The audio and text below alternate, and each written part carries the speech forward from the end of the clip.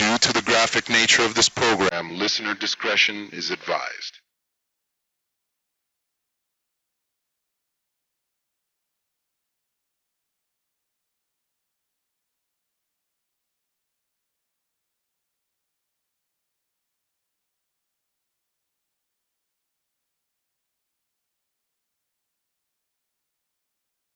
Your podcast, we're fans. It's just a coincidence that you were talking about the Jack and Triumph show, and I'm here. Thank you so much for having me on your podcast. Hey man, this is Kevin Smith, guy who makes all those unlistenable podcasts over at smodcast.com, and you're listening to the Two Strangers, One Podcast. This is podcasting. You're listening to Two Strangers, One Podcast. Subscribe to us on iTunes or on the Stitcher app for Android devices. Please visit twostrangersonepodcast.net. Now, here's Chris Cologne and Paul Pasquillo. Well, hello and welcome to Two Strangers, One Podcast. I'm Chris. I'm Paul. And we have a special guest with us today. Introduce yourself, sir. The head samurai known as Darrell Maddox, as Oscar once said, Urkel with a gun. Yeah. Now I don't have to hear him bitch anymore. So let it not be said that, we don't come through for our fans. I mean, it took like a month for us to get everything organized, but the planets finally aligned where all our schedules kind of got together and we could actually finally record together. And I got alcohol. You always have alcohol. What's the difference? Jesus Christ. Like, we're recording, it's noon our time and it's like 11 o'clock your time, right? Yeah, something like that, man. It's like 11:18. I'm like, can I just get that? Gotcha. And then like our last, let me see, right before we recorded the last episode, I know, and of course as soon as we start recording, Paul's guinea pigs go crazy. But I heard Jarrell was here. What? Well, you're the one with Priscilla with the guinea pigs. But happy birthday, Paul! That was yesterday. Yeah, happy birthday, you no good but nothing piece of shit. I didn't even fucking troll you, man, like I should have. But right before our last episode, like literally, like I read the article before we started recording, so I haven't had a chance to talk about it. But let's talk about Chris Hardwick and his allegations of the Me Too abuse. Didn't that start at New York Comic Con last year? Or was that somebody different? No, it was somebody different. Oh no! You're thinking New York Comic Con. That was the guy from like one of those like YouTube channels. Oh, okay. The heavyset dude. Chris Hardwick, his ex-girlfriend spoke out. Now, mind you, like Chris Hardwick is like I don't know if he's engaged. No, he's married to one of the like Randolph Hearst's granddaughter, like from the big like publication empire, and but his ex-girlfriend who was kind of around right when like around the beginning time where he started getting famous, was making allegations that like he was being manipulative to her and he made her feel like shit and he kind of shut her off from all her friends and he demanded sex. She had to give him sex and all this other stuff. And what I wanted to say is that like and I'm not trying to say that I'm better than Chris Hardwick because that's not the case. But guys like Chris Hardwick are the kinds of like guys that they'll wag their fingers at other guys, like when Jared from Subway, and I saved it on my computer because when the Jared from Subway thing popped out, here's a quote from Chris Hardwick: "Like many of you, my reaction to this is that I am fucking dumbfounded. I don't even know what to do with this. It's like." This fucking guy too? Are you serious? Are there any good people left on the planet? Let me see. Horrible people deserve our ridicule and is vital in a situation like this because it takes away his power from a societal standpoint. And we can stand on his neck and be like, this is a shitty person. Don't be a shitty person or we'll stand on your neck. So, well, isn't that the pot calling to kill black? Exactly. Look, well, I admit I'm a fucking piece of shit. Time out. Wait a minute. His wife, who he's married to right now, came out and said, like, this is a bunch of bullshit about what's going on. Well, of course his wife is going to come out in his defense. I mean, that shit, she better. Yeah, but dude, like, if he was a piece of shit, I mean, you've seen this fucking Me Too movement. Mhm. Like, these women don't stay around with their men. Unless they're fucking, like, unless it's a bunch of bullshit. Mhm. So, I mean, you gotta take some credit. You gotta take some, like, understanding that if the wife is coming out and saying, hey, you know, my man, I've been with my man all these years and he hasn't done shit like this to me. Mhm. And I've never heard of him doing anything like this to anybody. Like, why are you guys jumping all over this man? You know what I mean? But you could react, I think, like, if you talk to different exes of mine, some exes will tell you that I'm a fucking prince, and some exes will tell you that I'm the fucking, second coming of fucking Satan. It depends on hell, our Lord wait. Satan. Wait, you are the second coming of Satan. I forgot to tell you. But that's what I'm saying, is like, it depends on who you speak to. My exes that did me dirty, would tell you, oh, he's a good guy and stuff like that. I'm pretty sure my ex-wife and my baby mama would say I'm a fucking, yeah, probably fucking piece of shit. And it's like, it depends on who you talk to. And it's like, so, my point being is that, like, look, I admit I'm a fucking piece of shit. You know what I'm saying? Like, I don't like there's these fucking dudes, there's these white knight motherfuckers who want to come out and, like, every time something like this comes out, they're like, oh, the men are, men are horrible and men are this and men are that, and I love that his fucking dirty laundry is being aired, where it's like, you were sitting here pointing all your fucking fingers, and all of a sudden, I admit I'm a piece of shit. So if my dirt came out, if dirt about me came out, you're like, oh, we're not surprised. Dude, he admitted himself he's a piece of shit. Man. Way to own it. Yeah, and it's like, and also, look, I'm not gonna lie, there is a little jealousy there. He was in the, his fucking, the Nerdist podcast was like, near like 800 episodes.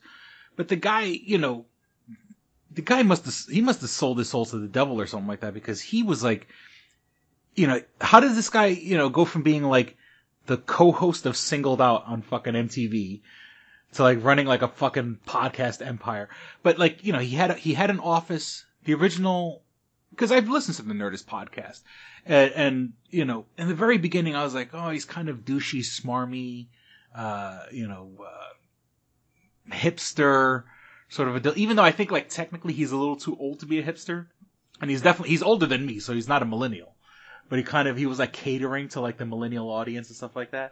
So it was like, but then their first like Nerdist offices, when they started making the podcast, they were doing it in one knew he was riding the coattails of being on the G4 network. Because I was like, remember like Attack of the Show and stuff like that? Like, yeah. He was part of that. He was that whole like, comedy mafia going on. And then they put their offices in the first floor of the E building. So many of those podcasts that he got all these big stars from were like people literally going up to E. He had friends from the E network, and he was like, "Oh, by the way, if you're in the building, can you do a podcast at my friend's studio downstairs?" So many. If you listen to the early Nerdist podcast, that's where it all was, and it's like, he kind of like, I guess they say, location.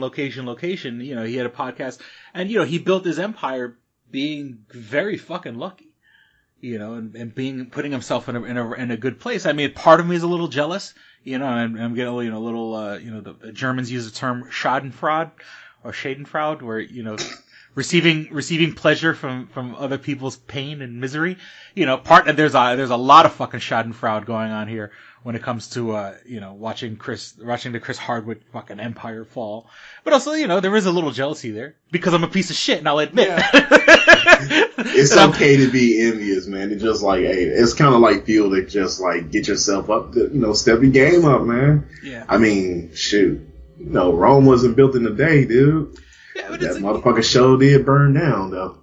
Yeah, and it's like, and don't get me wrong, I mean, he got some good celebrities, but, there's more to be the celebrity. That's, that was my whole thing about this podcast is like, yeah, we could sit, and of course, don't get me wrong, I love talking about comic book movies, I love talking about nerdy shit, but like, I want to be a creator. I want to be, I want the people to want to fucking interview me. You know what I'm saying? Yeah. Like, and of course, I mean, I kind of drag my feet and, but, I want to be a creator. I don't want to just fucking blow celebrities all day.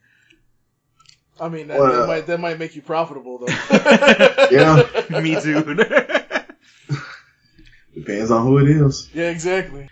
Yeah, and it's like, and in other like podcast royalty news, you know, Kevin Smith's comic book men Yeah, I got saw canceled on AMC, and I'm wondering, I was like, what a fucking coincidence, because they obviously canceled Talking Dead, because you know you had Walking Dead, you know, for AMC, Walking Dead, you know, is giving them numbers that, you know, the best numbers that they've seen since AMC fucking existed, back when it was American Movie Classics, and that was like the channel you saw, like, you know, Casablanca on. Yeah.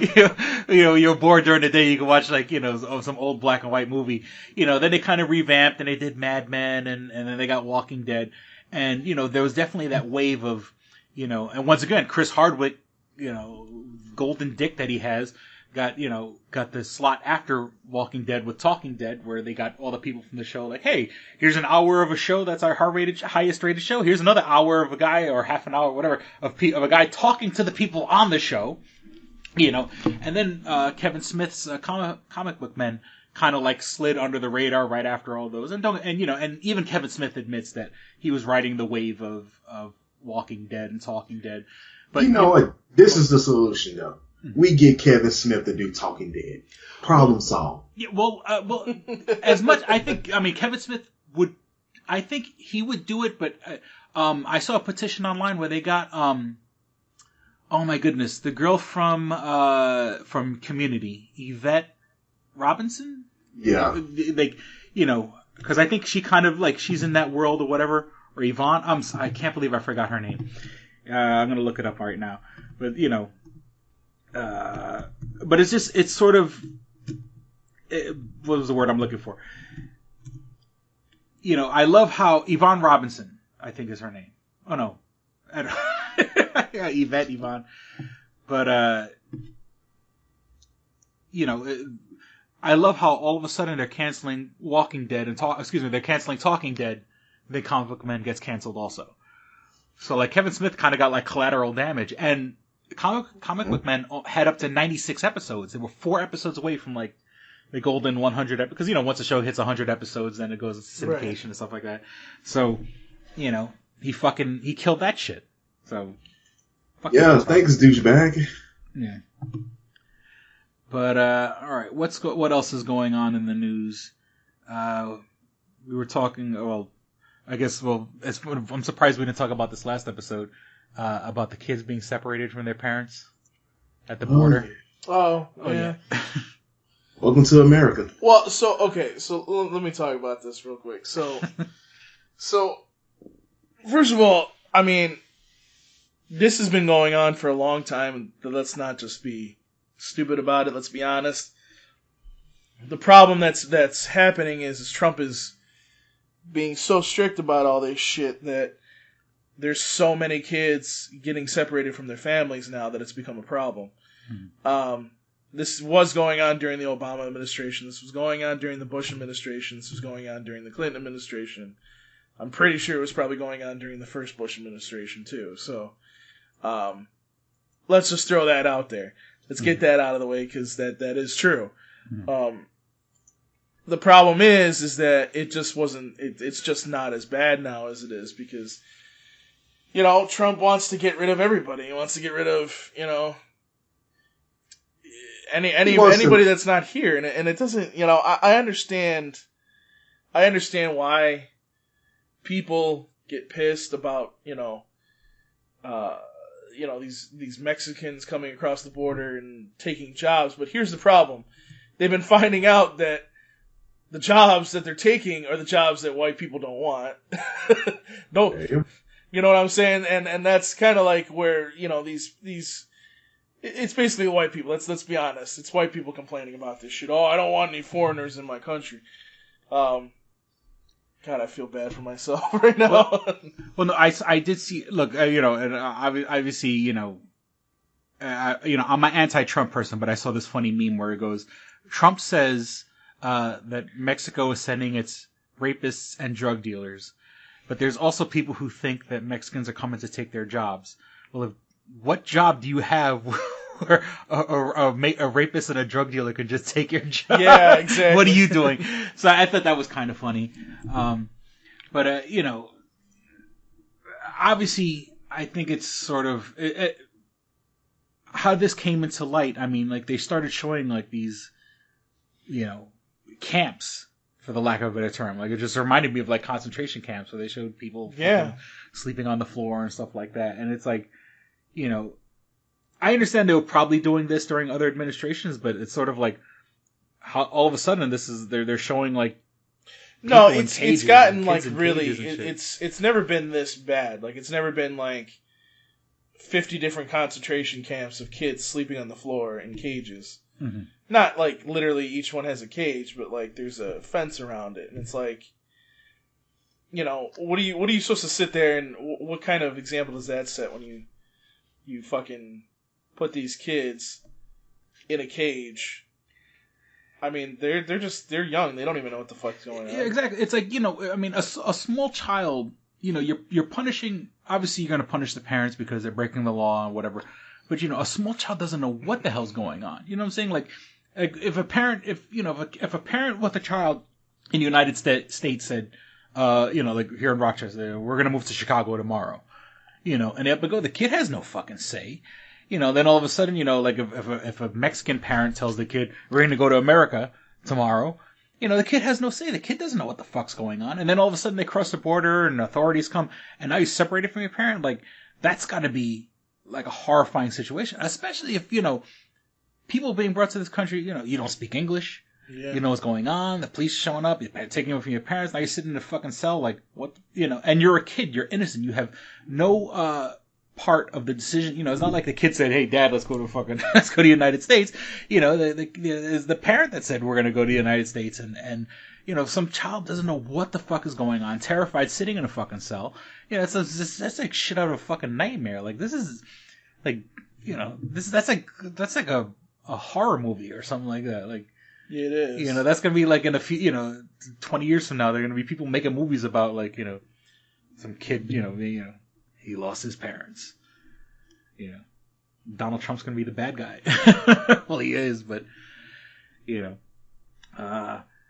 so, and also in other news with the, besides the kids in the immigration, Space Force. Oh, God. We're going to build a Space Force. We're getting a Gundam, baby. Let me get that. I want the Epion. Now, I call it Death Sight. But if I can get a second choice, I want Epion too, man. Possibly Sandrock. Nah, fuck that. You know which Gundam I want. Yeah, we know which one you want. You want the curly Q. I want the one. This hand of mine is burning. Shining Gundam. I want Shining Gundam. Fuck that shit. Telling you, dude. I'm serious. Somebody had to clap when they made that, man. This hand of mine is burning, dude. Somebody had some open. No, they probably put it in as a joke, and then everybody was like, "That actually makes sense. Let's keep it." Because I mean, if you look at the rest of the Gundams during that series, you're kind of just like, okay, well, you need to have something that stands out, and somebody's hand that's on fire kind of stands out. But I digress. Space Force, fuck them. I want whatever Gundam was in Ready Player One.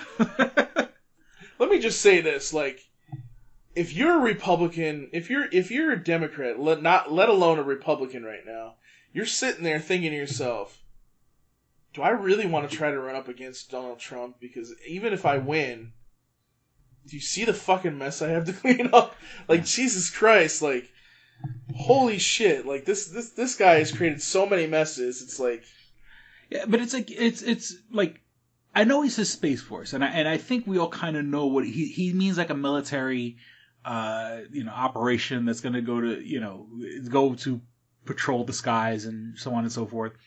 And let me tell you, if it was anybody else other than fucking Donald Trump, I would kind of say it's a good idea. It does kind of make sense. That would be the next natural progression of going into fucking outer space for, military reasons.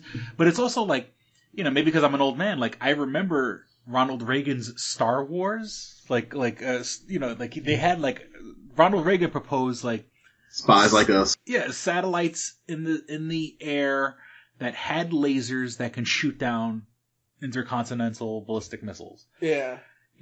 And that was sort of, I mean, it sounds fucking outlandish and stuff like that, but even Ronald Reagan was sort of doing like, and so, I was just sort of you know, like when I hear like Space Force, we're gonna build a Space Force. You know, it kind of reminds me of Star Wars with Ronald Reagan. You do Trump's voice really well. I got a lot of practice doing it. We're gonna build a wall in space. Yeah, you know, we gotta, you know, the thing is, dude, I'm not fighting with the Klingons, man. I would join. I'm joining the Klingon side, dude. That's what I'm saying. Like, I mean, I kind of posted about that last a week ago. It's sort of like, you know, what if they gave him the tour of Area 51 and he saw alien? Like, Yeah. he did see the alien from Independence Day. He's like, we got to build a space force. Exactly. You know, I mean, once again, it Now, you sounds know, if it's crazy, Frieza, we all dead, man. I'm just saying. We're all dead. Goku is not going to save us, dude. You know, I mean, it makes. I know it sounds weird. It sounds like for me to fucking kind of agree with Trump. I get like there being a space force. I don't want that idiot in charge. Like, you know, let the next president give us a space force, or whoever, you know. Well, see, here's I mean, the we funny got thing. NASA, man, but Yeah. the thing is, I'm talking about, he's talking about a militarized space force, man. Like, dude, come on. Man, aliens don't want to deal with us, man. Dude, we probably like the ghetto of freaking the intergalactic community, man. Earth, nah, man, that's the hood homes. We ain't even going there right now. It's like, not into this idiot league. Not until Earthlings just actually get it together, man. I was like, seriously, if there is extraterrestrial life, trust me, we are not the representation of some of these idiots on the planet. Now, me on the other hand, if y'all got some strong boobs, man, some fine women's, come on, beat me up, Scotty. But like, You know, Why's it got to be about the booze? Why's it got to be about the hot women? Come on now. hey, look here, man. I'm just being honest, dude. I'm staying true to thyself. Shit, man. There ain't gonna be no space force. Here's this is what's funny. Like, people like the next president that comes in is gonna have to clean up a big mess, but they're gonna look at this space force and be like, you know what? Maybe this isn't a bad idea. Let's actually do this shit. But if you notice, like, China hasn't said anything, Russia hasn't said anything because they know how stupid this is. They're sitting there looking at them like.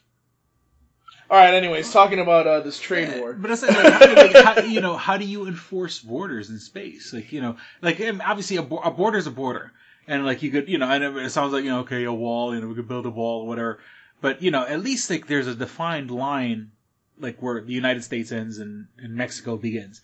How do you enforce? Because I mean, yeah, I mean, we're making jokes about aliens, but I mean, I think he means Space Force for like, this is sort of like it's going to be like the next arms race. It's going to be like, we're patrolling space, so that means, you know, we can fly over China at any given moment. Yeah, but if you're talking Space Force, then it should be an international kind of thing. It should be everybody doing the whole fucking thing. We got an international space station. Right, That's it should Space be Force. like, it should be the fucking, you know, United Nations doing this shit. But to me, it sounds like a veiled threat almost. Like we're gonna get to space. Like, I mean, like it sounds like the space race. Like, you know, sorry, JFK said, like, you know, before the end I of hate this. to say you know, this, but like, fucking China's already been there 50 more times. Same thing with Russia, more than us. We gotta fucking go to, what is it, Russia? we're gonna put the best bombs in outer space. I think it's we gotta go to what? It's either Russia or China now to go up into space, to go to the International Space Center right now, because we have no shuttles. Yeah. This is the same guy who wants to bring back the fucking coal industry. But he wants us to fucking put money in. How are we going to get science and technology to get us into outer space if he's like still backing coal? It's the same guy that wants to do a trade war with Canada, and yet we were making like billions and billions and billions of dollars off of them. And it's like, are you fucking kidding me right now, dude? Like, Dude, we are the freaking laughing stock of the international community, man. Seriously. What connections and allies we have, man. No one takes us serious, man. Like, right now, we are very weak and vulnerable, man. We are very I mean, people think that we're stupid because of Trump, but I don't think that they. I mean, at any moment, fucking, we could destroy any country we wanted to with the arsenal that we have. So I mean, it's not. I mean, Dude, you got to understand though, because like, there is these people, serious retaliation on that, dude. Trust me, the international community is not gonna stand by, dude. Yes, America is strong to a certain extent, man, but look here. There is no way you can stand up to the military force of a combined Russia and China, man. Yeah. mutually assured destruction. Like, you know, if shit really does get started, we're all fucked. You know what I'm saying? I don't think it'll get to that point. We'll blow all ourselves out of the fucking, you know, like, we bomb them, they bomb us, and like, it's like sort a lot of people are surprised that like people of his own party aren't really saying some things, but a lot more people. You got to understand something here. I've never seen so many Republicans retire from Congress in my whole entire fucking life. Like, they're retiring at a rate of like substantial number where you're sitting there going, okay, you know these motherfuckers don't want to deal with Trump anymore. Because, and you gotta understand something. We're coming up in November, man. Like, Trump is gonna lose. Like, he's gonna lose control of the fucking House and Senate. He's gonna lose control of it, and like, this is gonna become one of those things where we can definitely check and balance his motherfucking ass. Yeah. But a problem that a lot of people have been talking about in Washington is like, who's gonna go up against Trump for the Democratic Party? And I'm like, y'all want to see Joe Biden do it? Fucking just let him go. Let him do it. We can have his force. But it's something like, you know, Bernie Sanders wanted kids to go to college. And that's ridiculous. Yeah, but Bernie kind of got. But I was like, that's ridiculous. Burned. But we're gonna have a space force. Oh, he's brilliant. Look, you know, some things actually did happen with the DNC, man. It was rigged. I'm not gonna lie about it. It was rigged because they wanted Hillary in and not Bernie. Yeah. You know, but the thing is, man, she shot the party in the foot. Democracy is not a spectator sport. And if you go into politics, trust me, no one is going to come out clean, man. Seriously, that's even on the urban level, man, within any part of freaking politics. I sit down and I talk to me and my frat brothers. We have talked about this extensively and more times than we care to talk about sometimes. But we know exactly what's going on because it's not a spectator sport. You really have to be on your P's and Q's with everything that's going on. And most people, like, you get your candidates in the office, but people don't realize that you do have a civic duty, that things don't change overnight. You have to sit there and get on your people that you put in the office and make them do things that they need to, because that's what's happening right now in the city of Birmingham. People think that just because we got a new mayor that things were going to change overnight. No, you have to stay on them. The city council, man, things at the deadlock, we're seeing progress within the city. We are. But the whole thing about it is we have a lot of people in the old guard who refuse to let things change the way they need to for the betterment of the city of Birmingham. Now, going into that, we have a lot of gentrification as well, because there are areas where I see a lot of Caucasian people moving back into the hood.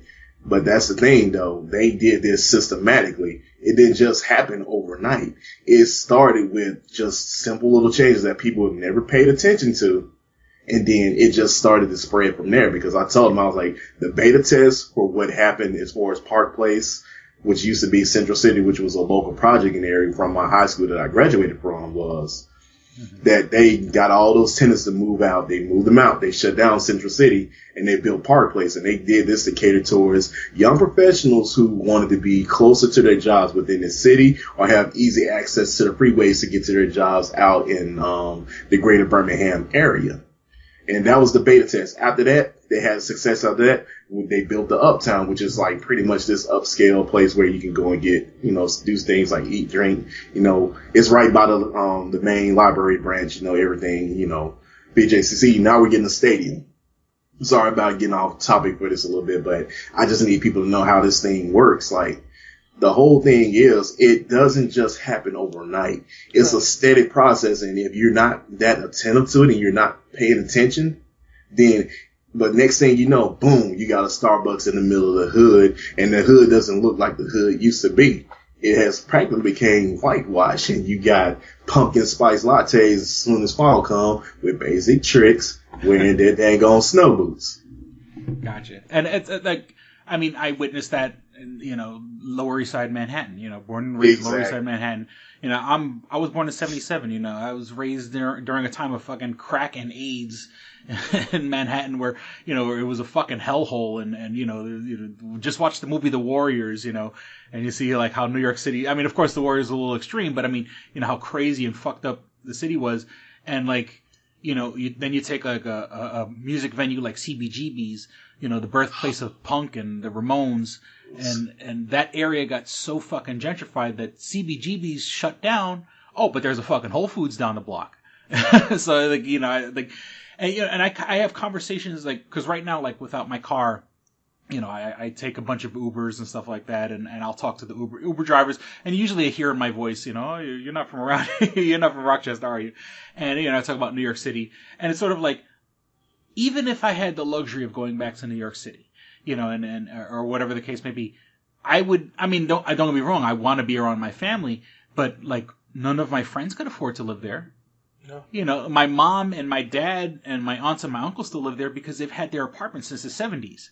Or the 80s, or, since, before, none of my childhood friends live in New York City anymore. And we can't afford to because of the gentrification. People bought the land cheap and. Exactly. I saw that when I went down there. It's pretty, it's interesting to see what. But see, this is the funny thing about gentrification, though. When you go into land banks, when you try to get this land, if you're a minority, dude, either they will give you a very hard time trying to get this land at a fair price, or they will try to jack it up to the point that you will not want to buy it. Yeah. That's kind of the conversation that I've had with you before. Is there's a difference between what happens in the South and what happens up here in the North. In the North, they will give minorities every single kind of loan, grant, whatever, to fucking buy land, start a business, take a shit, whatever you want to do. Me, if I try to get a loan, well, we need to see your papers, we need to see your thing, we need to see your social security card. I'm sitting there going, but you just let this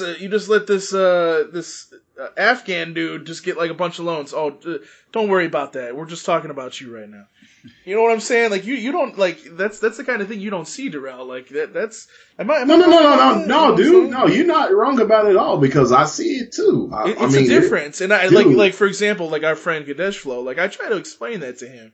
Yeah, that racism is everywhere in the country, but you do not see the type of racism that you see in the South. You do not see that up here in the North. Even with Trump, you don't even see that as much in the North at all. You see some dumbasses riding around, and you know what I'm talking about, Chris? You see them riding around with the goddamn American flag, but they want the Confederate flag. Yeah, well, because what it is. Maybe because they're conscious, living in New York City, I've lived in just south of Philadelphia, I've lived in Rochester. These are all metropolitan areas, and they tend to be a bit, a lot more open-minded. Yeah. Until you go out into, leave Rochester. That's the thing. Once you start getting a little south of the city, or a little more, not west of the city, because the west gets I would say south of the city. South of the city and east of the city. Once you get east of the city, you gotta be between Rochester and Syracuse gets a little bad, once you get east of Syracuse, then you're really and it's weird. It's you would think up, this is up north, you're a 45-minute car ride to the Canadian border, but no, it's fucking. It is. It's not. See, that's the thing. You don't. You go out of the city, you go through the suburbs, and you go down into the country, and. There's still not that much racism. It's just once you hit those really small towns, that's when people are maybe racism. Maybe okay. It's not racism. It's fucking just ignorance. It's ignorance. When my old job, which I don't want to say the name because Austin still works there, but where I worked, a lot of people at my job where I worked in a southern suburb of the city. Let's just put it like that. And a lot of people that I worked with came from even more south. These are people who traveled from their rural areas to have a job. And the funny to them is they're in the fucking big bad city, and I'm you're in the southern suburb of the city. You are not in the fucking. You are not in the city at all. I told Darrell about this story one day. There was some guy came into the gas station and was he literally he's like, oh, how's the city today? I'm sir, this is not the city. That's what you go there. My job my old job is like 3 blocks from where you used to work. Yeah. You know, or about 2 blocks away from where you work. In Henrietta. And Henrietta is a southern suburb of the city. And like these people who came from even further south of the city, you know, oh, you're in the city. I'm like, you're in fucking Henrietta. I'm like, not by the way, city at all. I'm like, by the way, if you want, I'll take you into the city and drop you off in the bad parts. Come to my house. He's like, no, I'm good, thanks. I'm like, yeah. So I mean, I've had to correct people about that, but yeah, there's an ignorance. There's definitely ignorance. It's ignorance because I mean, you know, you're not gonna relate to people if you're not interacting with them. Here's the ignorance though. Like you got these people that they move away from the city because it's the big bad city, but then it's like you're driving like an hour to fucking work, and it's like, why? Because they hate, where you can live black people that much. I don't think it's people so much. I'm gonna drive 2 hours a day. I wouldn't say just so that. I can not be around them. I wouldn't say it was that. I would say it's more or less, you know, they have this thought process in their head that everybody, even in the suburbs of Rochester, that there's crime, and it's like that's definitely not the case. You know what I mean? That's kind of what pisses me off about people. I've lived in the worst parts of Rochester, and I mean, you know, I've had my car broken into. But, you know, my home, thank goodness my home has never been, you know, I've never... I mean, it's never that bad. It's never usually that bad. I just had my car broken in. And then again, like, I mean, in retrospect, like, I was in a parking lot that had, like, no lighting. You know, so it was sort of like, you know... You were just in fine trouble, man. Yeah, exactly. It's like, you know, I mean, you know, and it's sort of, it was my landlord's fault. I mean, it had the lights, the fixtures were there. You gotta remember, too, like... years ago. You gotta remember, too, like, there are only... People think that Rochester's like crime ridden, but then there's only like 2 or 3 streets that are really bad, and that's it. You know what I mean? Well, that's look, and I hate to say, like, I mean, it's more than just 2 or 3 streets, but it is funny. Like, whenever the news starts every day, it's like shooting on such and such street, and it's like, you know, you might as well just replay yesterday's news. You know, yeah, shooting on such and such street, shooting, and it's like, and it is, and what kills me is that like. When they go to the footage, and once again, maybe because I'm come from New York City and like I'm used to like you saw my mom's building. You know, my mom's building's 21 stories. You know, what I'm saying you know I'm used to buildings that are 18, 20 stories high. You know, these are if you look at the neighborhood without knowing about the crime, they look like nice areas. You know, everyone has a house. It's a nice row of houses or whatever. But like shooting on such and such street, and like you know, it's like stop. Yeah, down by St. Paul, where there's all the numbered streets. That's where a lot of the crime. And happens. The lettered street, or the lettered. Yeah, avenues. the lettered streets, too. Jesus Christ. But I mean, you know, I mean, of what course. What about your Martin Luther King Boulevard? We're keeping it. Do we have one of those? I don't know if we do. King? And well, and this is. I'm sure we do. This is a real. I'm talking about like seriously, you know, in the South, man. Anywhere there's a Martin Luther King Boulevard or drive, dude, that's probably like the worst area, man. Yeah, that's. I mean, one that's the joke from Chris Rock. He goes, you know, Martin Luther King stood for nonviolence, and he goes, but you go to Martin Luther King Boulevard in any town, there's gonna be some violence going on. And there was also, and this is like I remember reading a book about like wrestlers back in the day, and you had wrestlers that took drugs and stuff like that, and like whatever town they went to, they would instead of asking like where the drugs were, they would ask where's Martin Luther King Boulevard. You know, and then go to that area and like, oh, inevitably there'll be drugs in that area, which is a real fucked up thing, you know. But all right, so what we're gonna do is we'll be right back with more dick and fart jokes. This episode of Two Strangers, One Podcast is brought to you by Comics Etc. 1115 East Main and North Goodman at the Hungerford Building, door number 8. Find out more information at comicsetc.biz or like them on Facebook at facebook.com/comicsetc1. Did you ever see a film at such a young age it left you traumatized with cinematic wounds? Necrophilia. It's a dead issue, man. Don't push it. Cinema Psyops is a weekly podcast documenting an ongoing experiment on the mind of an unwilling test subject. No one should have to watch this movie. Oh, no one should have to watch this? No one should have to watch this movie. Surprisingly, it's not a topic that a lot of people really want to tackle. I'm shocked, prudes. I know, really. Right? It's the next sexual frontier that no one wants to explore. I am, in the most sincerest of senses, disappointed in you. It takes a powerful goddess like Connie, jam her arm down the monster's throat and kill it. Oh, I'm still tripping out over that. Even as a kid, I was like, I gotta find a girl like that. Every week, I get a new look of disappointment that I never thought I could get out of her. Unimaginable. At 12 years old, you should not be watching this movie. Obviously. At 13, you should not be. 14, you shouldn't be. I'm not entirely sure even 17-year-olds should be watching this.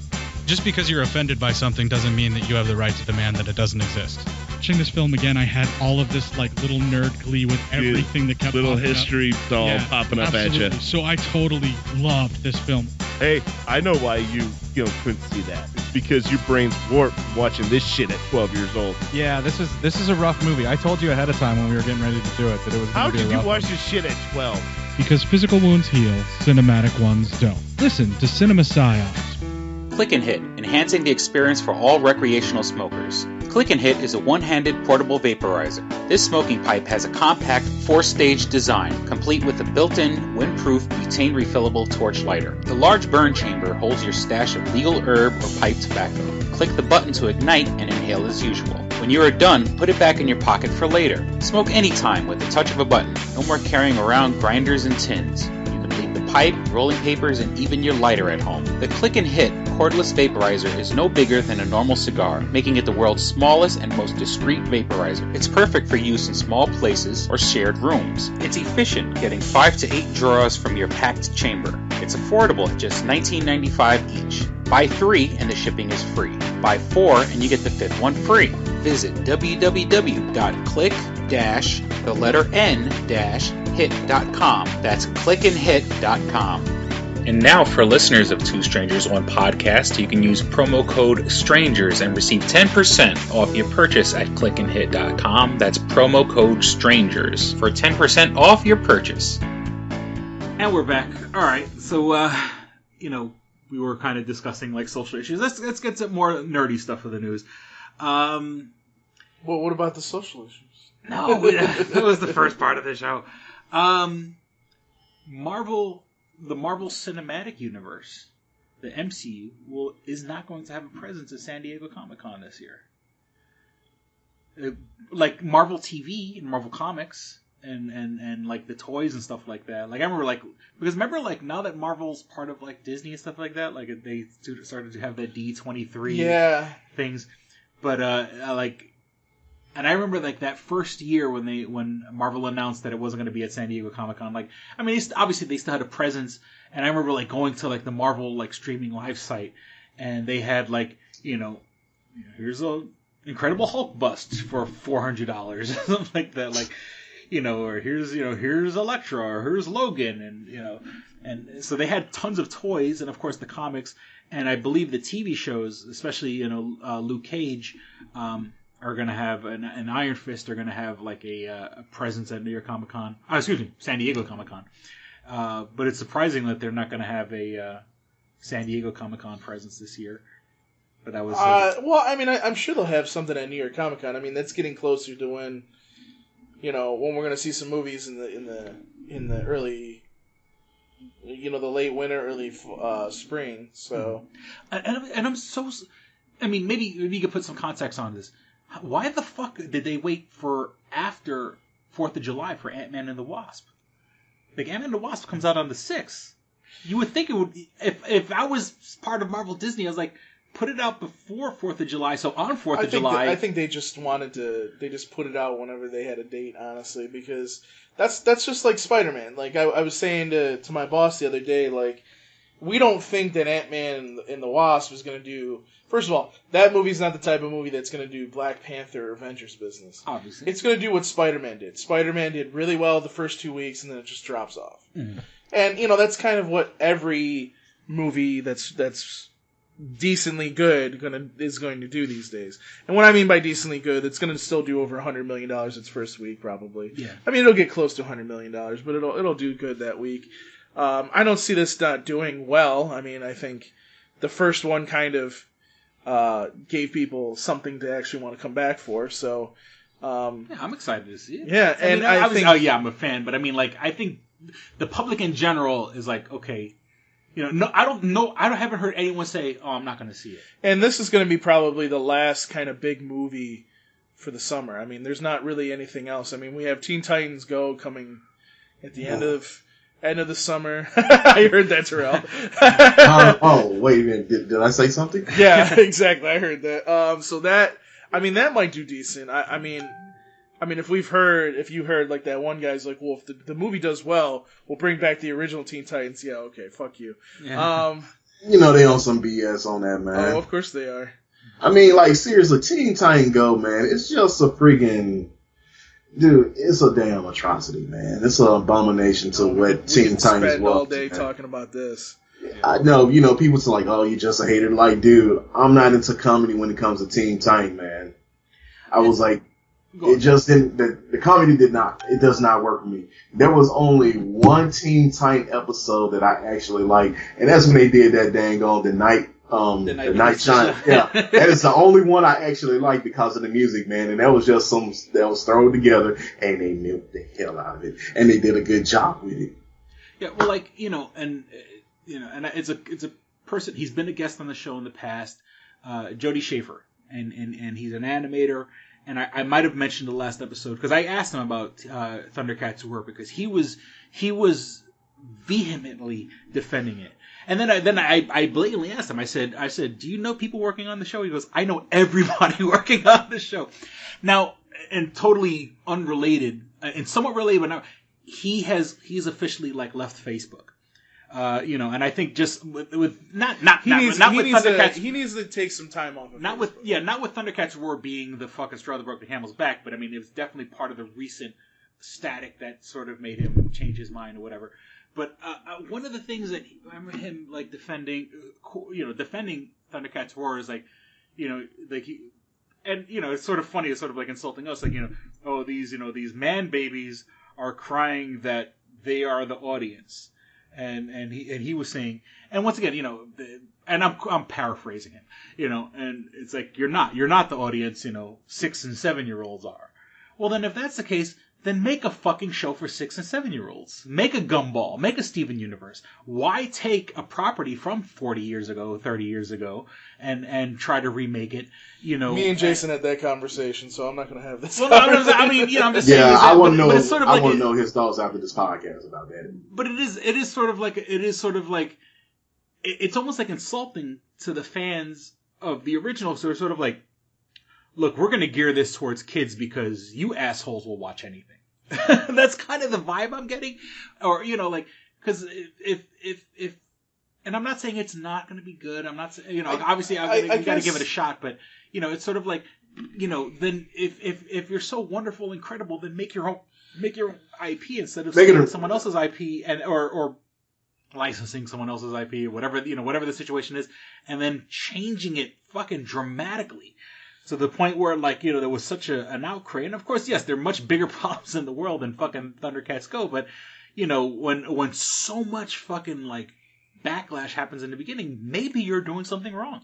But, and I think, the point that I've always been making, and I try to make this point as clear as possible, is that it's not about, okay, you took my show and you're gonna shit on it. It's the fact that you keep forgetting that there's this demographic of the public that wants these shows very badly, that you can make a shitload of money off of, yet you're not taking advantage of. There are people like myself that want to see Thundercats 2011 finished. Okay, there are people that wouldn't even care if they just redid the whole thing again and did another Thundercats. But we want a series that goes from A to B to C, meaning it has its beginning, there's a crescendo, and then boom, it goes to the climax and it's ended. That's what we want. We want our American action cartoons, and I don't know if you had heard about this, and this is probably something good to put in the podcast too, is Gendy. Cartoon Network took out and remember, Cartoon Network I does. think the last episode we talked about this. Samurai Titan. No. They took out a trademark. It's called Gendy Tartakovsky's Primal. Oh yeah, that's. And remember, Cartoon Network takes out trademarks for Adult Swim as well. Mm-hmm. So even though it's Cartoon Network taking it, it probably is Adult Swim. Yeah, Adult Swim. So now we know what the American action cartoon that's going on for Toonami that they're doing in pilot mode right now is. We think that's what that is. We don't have 100% confirmation on that, but we know that there is something going on. So what I'm saying is if Gendy wants to do stuff for adults, why wouldn't you want to do something for adults as well? You know what I mean? And that's the problem. And they're like, oh, And that's the whole thing, man. Gendy did freaking Hotel Transylvania for kids, man. He got sick of that. And exactly. Thing is, well, keep in think mind about it too, though, but it was success. But the thing is, it's geared towards kids. Yeah. It's something that was original, but it was successful. But he didn't use another intellectual property to remake something. And I'm gonna just tell you about this, man. I looked at Thundercat Go, and I was like, look here. Anybody that's an artist, can you really say that you on board that? Yeah, the drawing style to me, it looks sloppy. You know, they made a great 80s cartoon. 80s through, I guess, in like 90s, maybe. Shoot, I don't know. I forgot right now, but, you know, in passion. I'm not being a jerk about this, but I'm like, it looks sloppy and lazy. And I was like, I asked some of my artists friends, I was like, can you really sign up on this and say that you agree with this because of the art style? I was like, no, I know art styles change. But I was like, this is just sloppy and lazy. It really is. And it's like, you know, like, if they, you know, because they're like, oh, it's going to be this hyperkinetic, you know, it is going to have action. Then do your own thing. You know what I'm saying? Like, you know, I would much rather it be, you know, they're doing a show about cat people. You know what I'm saying? And let us later on go, this is fucking Thundercats. You know what I'm saying? Or, exactly. You know what I'm saying? Like, you know, had it be something fucking else. Or, you know, in the Thundercats universe or something, you know, like, don't take established characters and then kind of do this to them. You know, you kind of, you know, well, it's like, it's the way I feel now. Like, you know, one of the big trends right now in fashion, people now recently are buying, wearing vintage heavy metal t-shirts.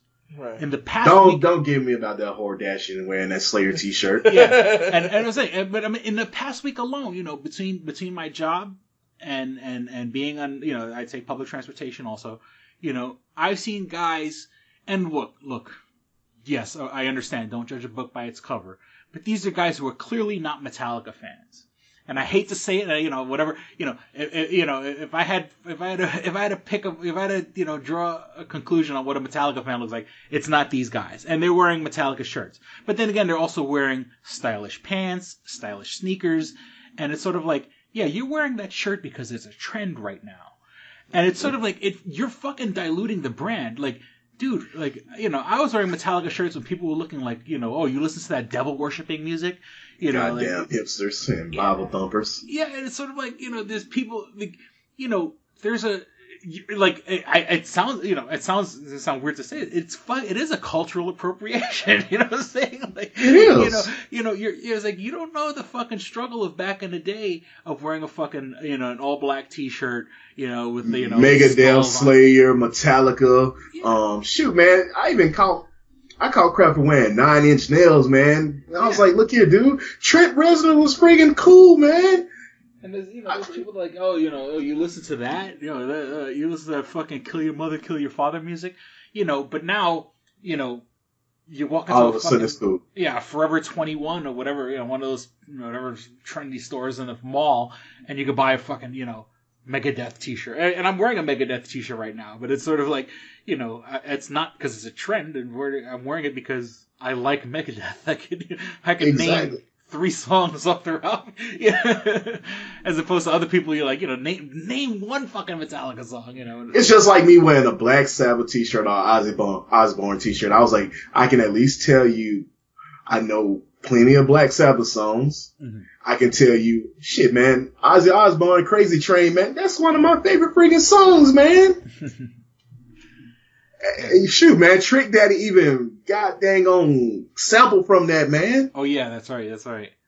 See, so that's the whole thing about it. Like, yeah, when Chris, when the wrong people wear the shirt, it waters down the brand. It really does. You know, it's sort of like, you know, it's even with the Black Panther stuff, man. I've been in the comic books for the longest since probably like 3rd grade, man. My first comic book was Spider-Man. Mm-hmm. And then, you know, all of a sudden, you know, when I found out about the Black Panther, dude, it was just like a done deal. Like, you know, when I finally had a chance to get the Black Panther stuff, I was like, yeah.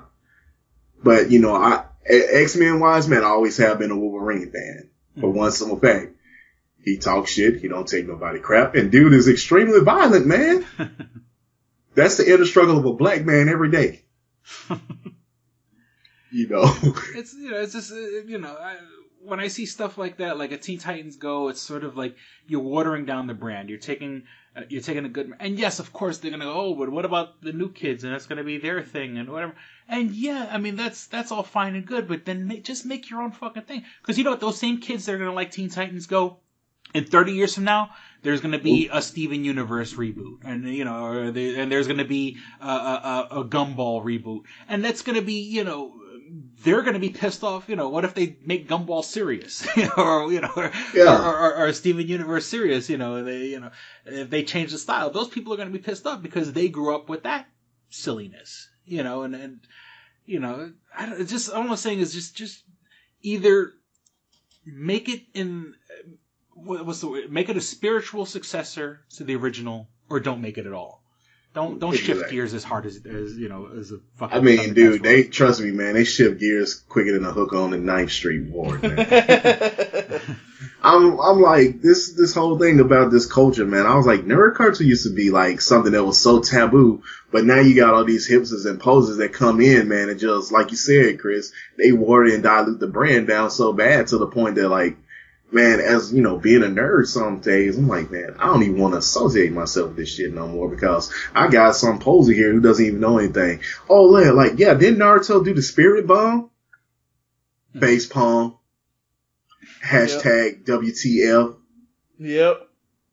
And you know exactly what I'm talking about, Paul. You know exactly what I'm talking about. Mm-hmm. And then, you got the guys, the little weebs and the Wapanese that want to be Japanese so bad. Like, dude, I've been to Japan. But I was like, I did not fucking culture appropriate. I was like, I know a lot about it. Yeah, I rock some of their stuff. I was like, man, I got a Hakama and a Kendogi, but I was like, I practice Kendo. But I was like, dude, if you really want to go serious about this, I was like, the first samurai were actually black. I was like, I just started going back and I was like, look at the tribe of Jaman. They literally migrated from Africa to China, and then later on from China to dang on Japan. Mm-hmm. That's how it happened. I was like, so if you really want to know, yeah, brothers are actually samurai too. Mm-hmm. It goes on and on, but I really get like serious. I have seen people, Chris, I've seen where people wear Slayer shirts.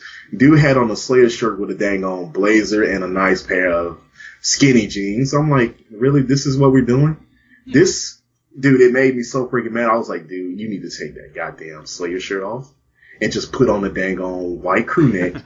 And go on by your business. I'm gonna start wearing Abercrombie and Fitch shirts. You know what, dude? That's it. We about to mess up. They're taking our stuff. Let's go ahead and wear some Abercrombie and Fitch. Man. Some American Eagle. Yeah, whatever. I don't know. Is Aeropostale? Is that a brand? Yeah. or some J. Crew. Yeah, it's like. Let me start wearing that, and then see what you say. Like fucking. And then like. Because I'm pretty sure there are no 5X Abercrombie and Fitch shirts. You just don't wear it anyway. Let me wear a fucking 1X Abercrombie and Fitch shirt and say, I'm just like one of you guys. No, you're not. You're not like Exactly. I mean, dude, seriously. I always did like cargo pants, man. Mm-hmm. Not to mention, there was back in the day when everybody was rocking Tommy Hilfiger. You see how that went. I did not make my clothes for black people. Mm-hmm. It's like, big deal. I don't care. I was rocking this stuff for a second, but it kind of like ran, I was like, I really don't care anymore. Like, dude, I don't even remember last time I even bought anything that said Tommy Hilfiger, dude. Yeah. Shit, I was like, I got my own style, man. Shit. I was like, I rock something out of Walmart and make it look like, seriously, I bought a lot of graphic tees out of Walmart and stuff. And he was like, dude, where you get that? Walmart? Yeah. Like, you freaking kidding me. I was like, yeah, dude. I was like, look here, you don't have to, it ain't even about the name for me, man. It's just like, if it look good, I'm gonna rock it. Yeah, if it fits. If it fits. If it fits, wear it. Exactly. Did they have, down by you, did they have Burlington Coat Factory? Dude, we got so many of these down here. Dude, trust me, I get a lot. Dude, that's why I got my Jimi Hendrix t-shirt from. Oh, okay, gotcha. I just want, I don't know if it was a regional thing or whatever, but, man, I shop in Burlington religiously, man. Yeah, Burlington Coat Factory is my shit. Like, dude, when it's time to buy a coat in the wintertime, you buy it in the summertime, dude, you good. Yep. Because it's cheaper in the summer than it is in the winter. Yep, exactly. No, say, but I like what I like about Burlington Coat Factory is that, you know, a guy my size, Yeah. I can go there and get, like, you know, actual clothes that'll fit me, as opposed to, you know, I hate when a shirt when a store sells they'll sell like a, let's just say they sell a 3X shirt, you know, it's a 3X, but like if I raise my arms, my stomach is sticking out. You know, that's not a 3X. You know, it's like, you know, I don't know, like. I'm sorry, Paul, but I gotta say this, occasion. man. But I just considered that. I was like, this is a white person's 3X, not a big man, black man you. 3X. I'm dead serious. Even the same thing with the clothes, man. Like, you know, I wear anywhere from like a 48 to a 50, man. And I'm like, I try on these jeans. I'm like, wait a minute, this is meant for a white man. I was like, dude, I actually got an ass. I'm sorry, Paul, you ain't got no nice ass, dude. You're kind of tight. But it's okay. But it's also like, I mean, and on the flip side, when I go to Burlington Coat Factory, like they'll have stuff that's like Sean John and Echo and Mecca and stuff like that, and that's more, you know, and I mean it's more urban wear. And the funny thing is, I live in the city. That's the funny thing about Sean John and Mecca, though, man. Like, I don't know what Diddy issue was, man, but he did not cater to big dudes. What I'm saying is that, like, you know, it's not like I'm gonna, unless it's a shirt that I like, whatever. But then again, I generally don't wear a shirt that has the fucking brand plastered across the front. You know what I'm saying? Like, if, you know, if it's a shirt, if it happens to be Sean John or happens to be Mecca or Echo or, you know, any of those, you know, Fubu or something like that, you know, it just so happens. I'm not going to wear something with the name plastered across. But then again, even if I did, I would feel like I'm not being, you know, I'm not going to culturally appropriate, you know, I'm not going to wear a Fubu shirt. That's not my thing. You know what I'm saying? Like, you know, I'll wear, you know, a shirt with a simple pattern on it, or, you know, as opposed to, you know, because as a, you know, on the flip side of the people that, you know, the hipsters that are wearing fucking, you know, Metallica and Megadeth shirts, and then Slayer shirts. And the Hordashians. Hordashians. All right. So, and then also sort of in the same vein of like the Thundercats go, they've announced they're doing a Daria revival, not a reboot. Wait, Paul's shaking his head. What are you shaking your head for? Jesus Christ, Daria. What? Daria had a special place in his heart for a bunch of people. You know, it had its roots in Beavis and Butthead, but it kind of became its own thing. I mean, I'm not like super duper thrilled about it, but I mean, my point in this situation is that the people who made the cartoon have made it a point to say this is a revival, not a reboot.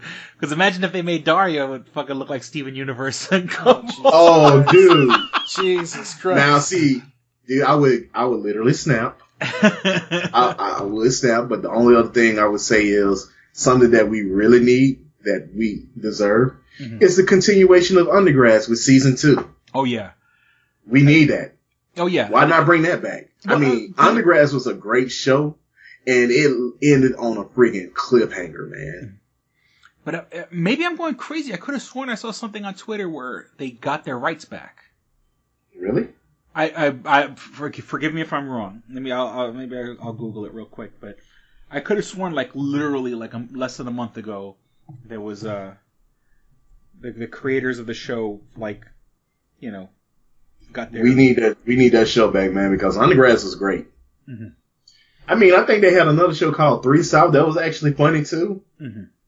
And the thing is, what I have always noticed, man, is that the good shows, they get killed so freaking quick.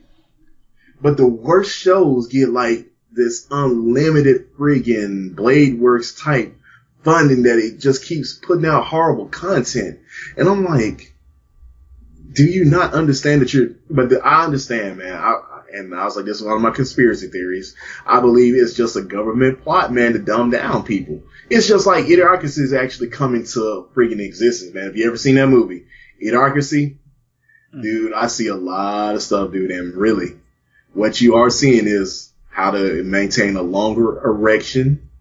That's pretty much it, dude. Seriously, watch Idiocracy, man, and you'll understand what I'm talking about. Idiocracy, yeah.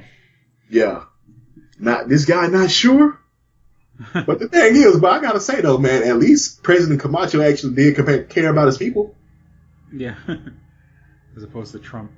Now, They're redoing that, aren't they? Okay, that does okay because I'm looking at the people who created Undergrads got their rights back from MTV. So, or they got the rights so they can. Don't you love how like we're doing this podcast and they're fucking cutting the yard? Don't you love that shit? But they're planning on, they want to do a movie. So the Undergrads, and then Undergrads, I'm a big fan of Megas XLR. Megas XLR was made by Titmouse. Titmouse also made MTV's Downtown. Yes, sort of, dude, I love Downtown. Undergrads and Downtown, were spiritual brothers of each other, and I would love for to hear some news. Of course that's just because I want a Megas XLR reboot, or maybe not a reboot, revival. Excuse me. Dude, we could just have a revival of Downtown, man, because Downtown was freaking awesome. Mm-hmm. There was one series that it only had one season on MTV, and I'm trying to think of what the name of it is, but they should totally have put that on Adult Swim. I think it would have done a lot better. It was back when it was when Beavis and Butthead came back. You ain't talking about Eon Flux, is it? No. Liquid Television? No, I'm trying to think of what the hell it was called. Give us some descriptions. Use your words. So, like, the one kid is fat. His mom's got, like, big boobs. She seems like to sleep with a bunch of guys all the time. They moved to California. Damn, I'm trying to remember the show now. Thanks a lot, Paul. I know exactly what I'll figure it out. I got it. Hold on. Yeah, you better find out, son. If you don't, I got the bill. Yeah, son. Son? I son you all day, son. I wonder if Oscar's going to listen to this but and just be like, what the fuck? You know he is. Oscar hates us. Yeah, I remember, like, when I remember Liquid Television. They need to bring back Celebrity Deathmatch. That's what they need to bring back. Good fight, good night, dude. And, like, they brought back Liquid Television, like, but just online. Oh, that's what it was. Good Vibes. That's it, yeah. Remember that show? That show was fucking awesome, man. And then they only had, like, one season of it. I was so pissed about that shit. I was like, put this shit on Adult Swim. I swear to God it would do so much better. Swear to God. Josh Gad and Adam Brody. The whole series is on YouTube, I swear. Mm-hmm. Like, you can pick up every single episode on there. How many were there? 12 episodes. Yeah, man, like, Jesus. Dude, I need the Downtown, like, if they need to put that on DVD, man. And that's the thing, I hate that they don't put this stuff on DVD. I'm like, do you not know how much money you can make from people who have that nostalgia bug? Yeah.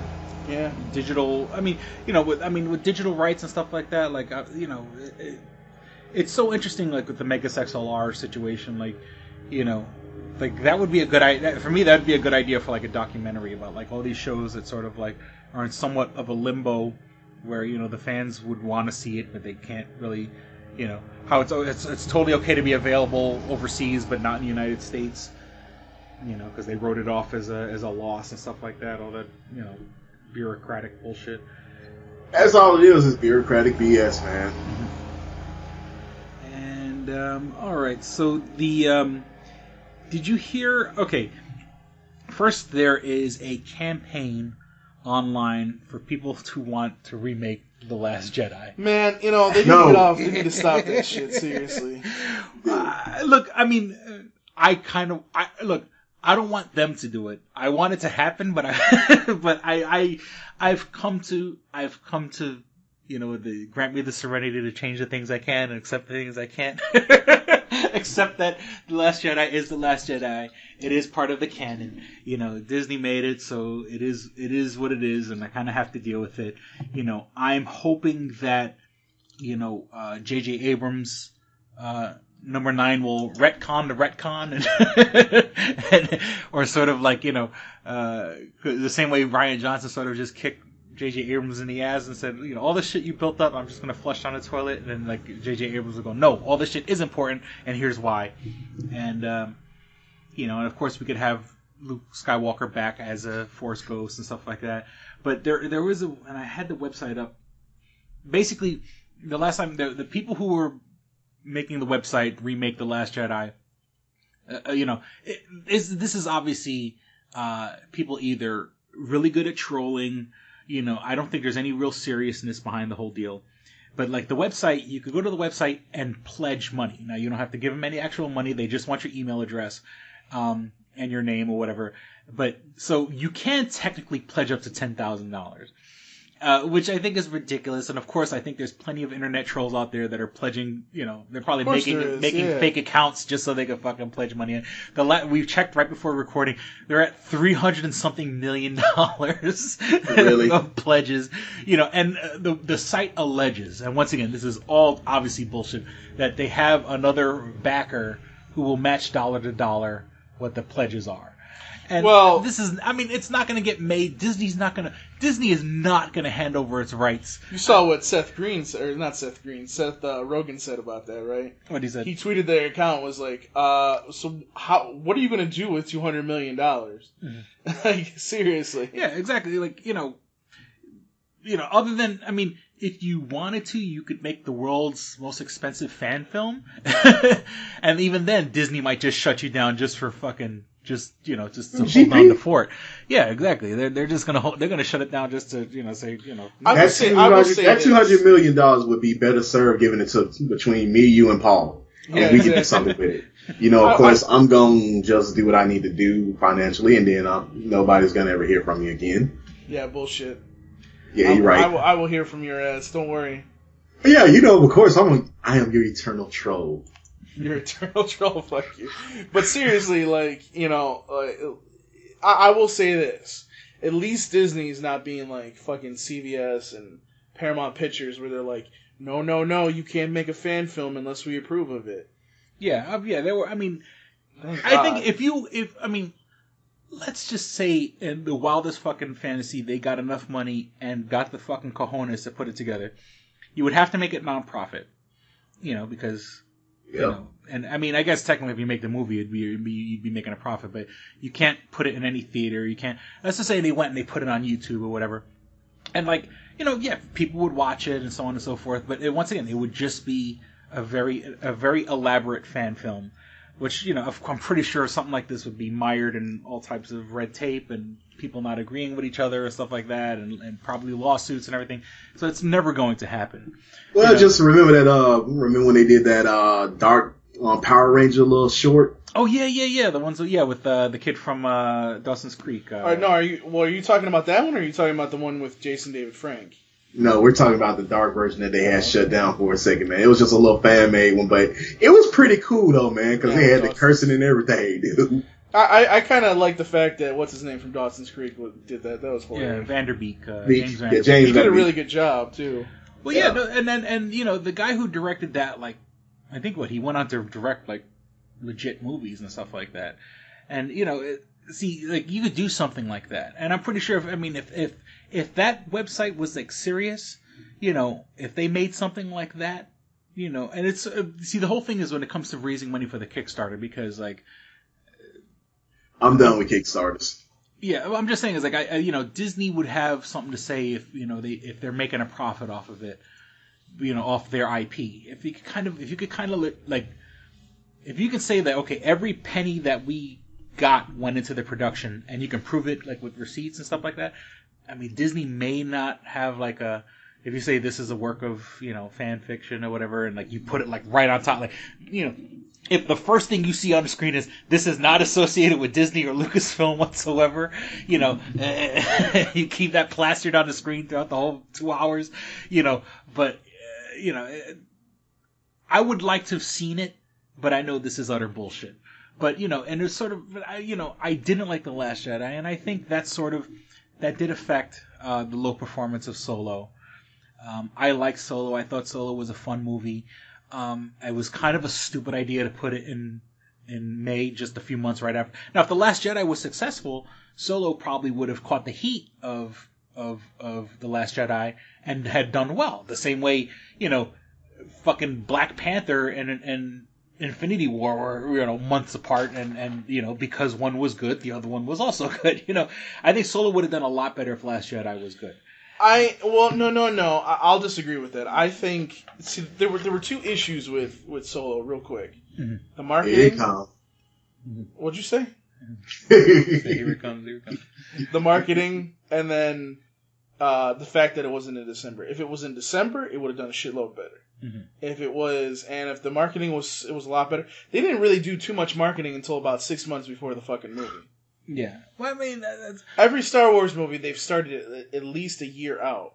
Yeah. And you didn't make it seem like it was a Star Wars movie either. So that kind of fucked up some people, too. I honestly think it would have done better if The Last Jedi did better. I think there was a fatigue of people they killed Luke Skywalker. I don't really want to deal with the Han Solo. I mean, we saw Han Solo die. Why would I care about seeing him? I don't know. I think the movie would have performed better if The Last Jedi was better accepted by the fans. Dude, the only people I hate, man, are like fanboy trolls who just can't get over and look at it from a different perspective, man. Yeah. But and with that, I mean, there was a rumor that Disney put all the other Star Wars movies on hold except for Episode 9. Yeah. The rumored, Boba Fett movie, the rumored Obi-Wan movie, the rumored, can't. Dude, I want to see a young Yoda and a friggin' Mace Windu movie, man. Yeah, and I mean, there were rumors that all these movies have been put on hold, and Disney was like, we never said we're gonna make these movies. How could you say we put these movies on hold? we never officially announced we're gonna make them. But I think they're gonna proceed with caution, and I'm wondering what's the deal. They still have that deal with Rian Johnson. Rian Johnson's doing his whole trilogy. That seems to be still in play. Which I think I will finally say that's going to be the first Star Wars movie I don't want to see. When that trilogy comes out, you better fucking, the commercials better be fucking fantastic because I have no desire to go run out and see Rian Johnson's take on the Star Wars. If The Last Jedi is what he's going to give us, I don't want to see his movies. But then the Jon Favreau ones are going to be, Jon Favreau is doing, I don't know if he's doing a movie or a series of movies where I heard through the grapevine that it's going to be 7 years after Return of the Jedi. So we get, and I kind of wish they would just move forward in the universe, but I kind of see that, when you sell Star Wars merchandise, people, as much as you want to put Kylo Ren and Rey and Finn and Poe and all these people in the spotlight, people are going to buy Darth Vader. People are going to buy R2-D2. People are going to buy Chewbacca. Yeah. People want the classic trilogy. So I kind of understand how they're staying near the original trilogy without actually being the original trilogy. But, I'm looking forward. I am looking forward to Episode 9. I want to see what J.J. Abrams does to fix it. And, then we'll take it from there. But I'm not looking forward to whatever Rian Johnson puts out. But Jon Favreau, the guy who gave us Iron Man, I'm so there for whatever he does with the Star Wars universe. I'm sorry. Jon Favreau was doing the live action show. Excuse me, the Netflix or whatever. I think it's going to be a live action show, or when Disney finally does its version of Netflix, the Jon Favreau show is going to be that. It's going to be on that streaming service. But did you see the story about George Lucas talking about what he wanted to do with episodes 7, 8, and 9? He wanted to go into the microverse of midi-chlorians and shit like that. So it was what? It was gonna be a movie inside somebody's body. Dude, I'm a midi-chlorian. It would be Osmosis Jones Star Wars. Hey, ain't nothing wrong with being a midi-chlorian, dude. What I'm just saying is that he would have taken it, what, people fighting inside a body is people fighting in space or something like that? It would have been interesting, but I think the fans would have lost their fucking minds, especially after the prequels. George Lucas lost, it's probably better that, I'd rather have Finn and Rey and Poe and Ren or whatever than, the midichlorian saga. Let me see. That's pretty much everything that I have. I was showing Paul, there's this movie called Upgrade that, a couple of the podcasts I listened to, they've interviewed the guy who wrote and directed it. This is the same guy who gave us the Insidious movies and the Saw movies, a guy who's known for making, an inexpensive movie look like it's made, it looks like, it's not made for much, but it looks like it's made for a lot more than what it is. and it's about this guy who gets crippled. Like him and his girlfriend gets killed, and he gets crippled in an attack. And this guy comes to him and says, I'll put this chip in your body and it'll help you walk and stuff like that. And not only does it help him walk, but it turns him into like a super soldier, for the lack of a better term. And he goes and he gets revenge on the guys who killed his girlfriend and stuff. And it's weird because the movie, it came out June 1st, and it's already here in Rochester. It's here in our second run theater. It's in the $2 movie theater. Or at least now, I think now it's the $4 movie theater. It's always that. It's that. A lot of cities have that theater where it's like when a movie comes out on DVD, then it'll go to this theater at a reduced price. So, I'm looking forward to seeing it. And the whole thing is I think it came straight to that theater. It was on a limited run, so. It wasn't even in one of the big ones, but but when you see the trailer, it's about this guy with artificial intelligence in his head helping him fight. It kind of reminds me of the Venom movie, the Tom Hardy Venom, where he hears a voice inside his head, except it's an alien symbiote, and the symbiote's helping him fight.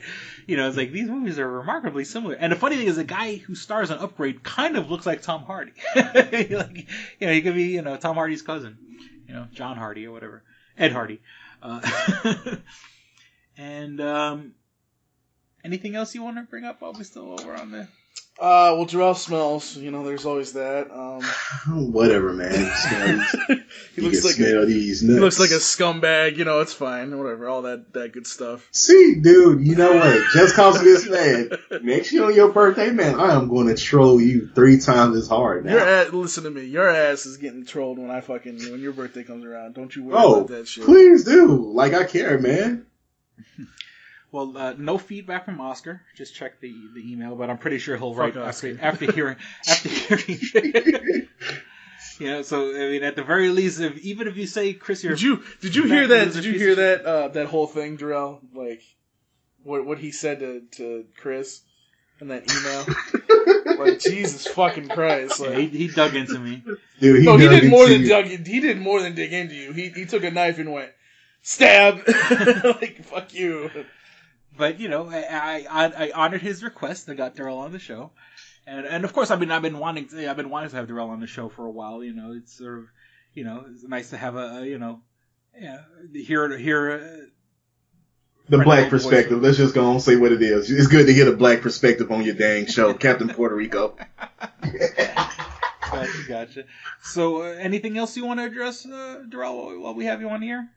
No, man, I'm good, dude. Okay. The thing is just to have a fellowship with you and talk about how Paul stinks when he doesn't shower. There's the Darrell and Paul show, or the Paul and Darrell show. Oh, yeah, the Paul and Darrell show is always fun. And the thing is, what I love about that is me and Paul talked about the uncomfortable, the uncomfortable conversation. Mm-hmm. I lost some friends because, they said I was being, racist. But I was like, dude, it's the uncomfortable conversation. This is what I face as a black man every day. And I was like, this is my opinion. I was like, you may be mad about what I'm saying right now, but I was like, look me in my eyes and tell me that I'm actually wrong. Because I was like, dude, when you're discriminated against based on the sole fact that you color your skin, how can I sit up here and be considered racist? I was like, I'm not spewing hate. I'm just telling you exactly what's going on. And I was like, I don't like it. I was like, yeah, if I deal with a racist, I'm going to bust him in dead in the face if they keep on messing with me. I was like, hey, the thing is, we have a deep fear of the police these days. Dude, look here, you can't even sell water, man, as an 8-year-old little girl without somebody trying to call the police on you now. Yeah, trying to get tickets to Disneyland. I mean, serious of living while a black man? Shoot. Mm-hmm. I can't even sit in my house, dude. You breathing too loud. Yeah. But you didn't know. And it's like, the story. That's why you got to come live in Rochester. I am not coming to Rochester. There is nothing for me in Rochester, dude. There's me and Chris are in Rochester. Yeah, Chris, but you? Paul's bachelor party.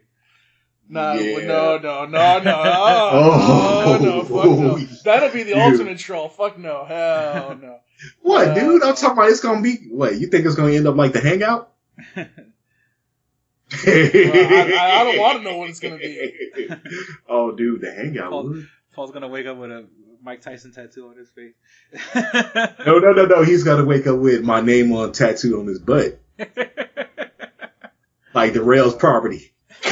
Or property of Darrell. Like, you're my blanket. Keep me warm. Dude, don't tell me to do this. But yeah, man, it's been fun being on the show with you, Chris. And, of course, you too, Paul, you piece of shit. Yeah, we got to do another episode of the other podcast.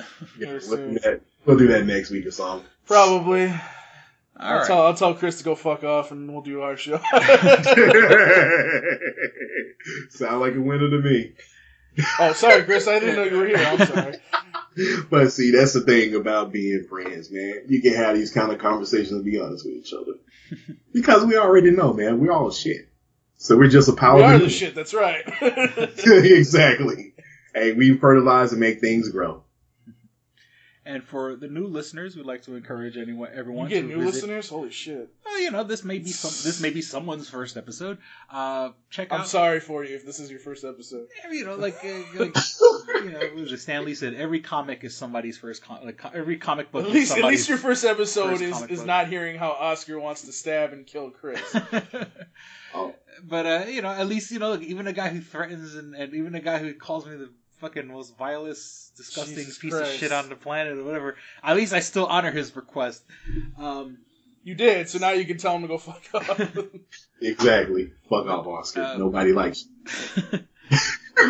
Now he's gonna have an email like that. I want to fucking kill Darrell. I want to throw him in the toilet. I want to give him a swirly. Yeah, as he said, the pistol packing Urkel. Yeah, exactly.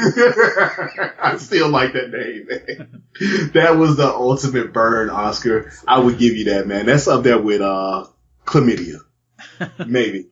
No, we're just gonna say gonorrhea for you because it burns. I bet you know that. I bet you know that from experience, don't you? No, sorry. Bullshit. All right, let's get the fuck out of here before Darrell's at work. Chris is late to work. Yeah. Please by the way, you're walking to work, by the way. I just want to let you know that.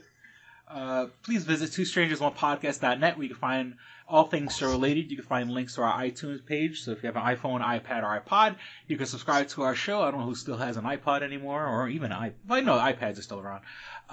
If you don't have an iPhone, an iPad, or an iPod, you can subscribe to us on the Stitcher app. That's for Android devices, STITCHER. The Stitcher app, I put it on the options to listen later and available offline, so you don't have to kill your data on your phone.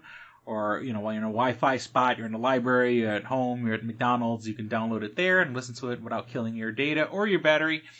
And our hosting site is SoundCloud, so you can find us on SoundCloud. So SoundCloud's on both Android and Apple devices. You can subscribe to us there. I make all the episodes available for download, so you can download it once again when you're in a Wi-Fi spot, so you can listen to it later. We want your money. We need your money. But if you don't give us a dime, you could at least share and like us on Facebook. Just go to facebook.com/twostrangersonePodcast, all spelled out. Share and like this episode. Share and like the page. Get the word out there. Because once again, even if you can't give us a dime, everyone and their mother's on Facebook, so you could just share us on there.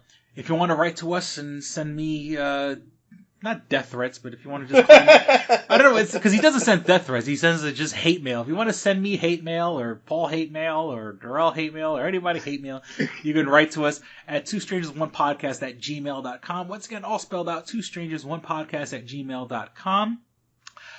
We are technically on Twitter.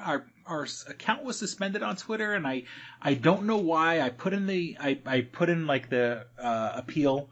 I haven't heard from him. I put it in on the 21st of June, and so I still haven't heard from them. Because I just saw that in my email. I got the confirmation of the appeal, but they haven't heard from them yet. But when we do get back on Twitter, we're on @Stranger Podcast. Let me see. You can follow us. We do have a YouTube channel, but it's just out there. So you can look for Two Strangers One Podcast on YouTube. You can listen to my audiobook, Odd I See, A Tale from the Road. Those have all been uploaded. That was last year I did all that. My Stranger Vlogs, which I haven't done one in a long fucking while, but I want to do more. And I can't think of anything else. I acquiesce before you, sir. All right, well, Well, first of all, Darrell, where can they find you? Let's do that first. Oh, you can always find me at ukami_samurai7 at twitter.com, or you can follow me at Amortain. What? Twitter account, which is my fraternity's account, and the Sia_Rovo at twitter.com. How about the bar? Any bar? All of them? I'll be at the titty bar later. And, of course, you can find me at Paul Pascrillo on Twitter. If you're part of the Tsunami Faithful Discord, you can just at Paul Pascrillo me, and that's how you can reach me there. He's never there, people. I am there. I'm talking to people right now as we're doing this podcast, man. What, really? You on Discord talking to people? Oh, isn't that cute? Yeah, you should be looking at the meeting notes from the other night, you asshole. I did look at the meeting notes last night, so shut up. Oh, okay. Stupid flip-flop. Talk to me like that. You can also email me. It's paulpascrillo at tsunamifaithful.com. And, yeah, that's about it. I will say that we have something musically coming up that I'll probably share with Darrell at some point once it's complete. Yeah, probably got me write a fucking article or something else again. Piece of shit. Hey, you're supposed to be the musician, the musical guy, so there you go. Yeah, I know I am. Mm-hmm. That's right. Well, we certainly hope you guys enjoyed listening, as much fun as we did recording. Thank you for listening to Two Strangers, One Podcast. I'm Chris. I'm Paul. I'm Darrell. Don't be a stranger. Peace. We're out. Bye. Just don't holler at y'all. Okay. You should be fapping. Hard. All right, here we go, man. Go ahead. You want to read Double Jackpot. What is it? It is a self-published book by Christopher Cologne. Chris Cologne smells good to me. But look at her. That broke that fucking cold little exterior. He's like, hee. But it is spelled Colon. Him punny. But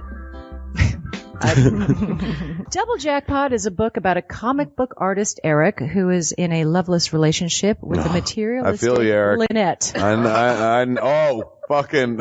Are you sure I didn't write this?